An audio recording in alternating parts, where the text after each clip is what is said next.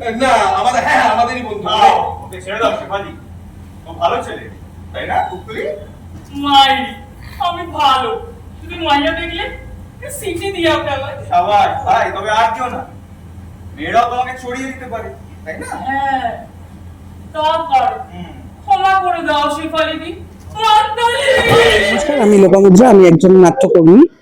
আমি আজ আমরা অনেকে মিলে একসাথে দেখলাম হচ্ছে হেমলার দ্য প্রিন্স অফ গড়ানহাটা। আমার অত্যন্ত কাছের দল, পাশের দল, আমাদের পাড়ার দল, গয়েশপুর সংলাপের প্রযোজনা। প্রথম কথা হচ্ছে যে আমার নাটকটি অত্যন্ত ভালো লেগেছে, অসম্ভব ভালো লেগেছে।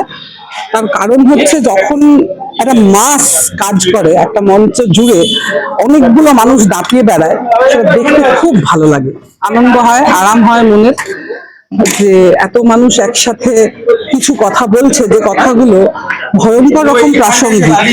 বলাই বাহুল্য যে এই নাটকটি বহুদিন আগে লেখা এবং আজ এখনো পর্যন্ত এই নাটকটি একই রকম প্রাসঙ্গিক, একই রকম।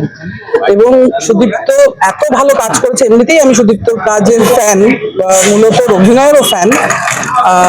এর আগে ওর একাধিক নাটকের ডিরেকশন দেখেছি এবং আমি কখনো খুব হতাশ হয়ে বাড়ি যাইনি, আজও যাচ্ছি না।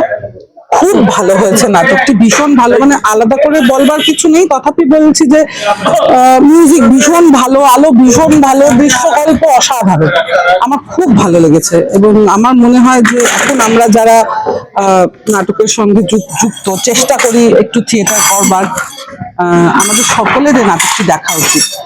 আগামী 17ই মার্চ এই নাটকটির আরেকটি অভিনয় আছে একাডেমি অফ ফাইন আর্টসে। আমার সকলের কাছে অনুরোধই থাকলো যে সকলে আসুন, এই নাটকটি দেখুন, ভালো লাগবে।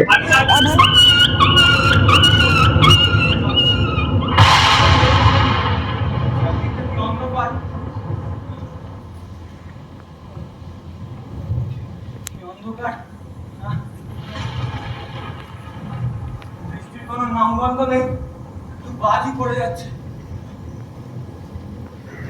গঙ্গায় এত জল ঢালেলো নাকি?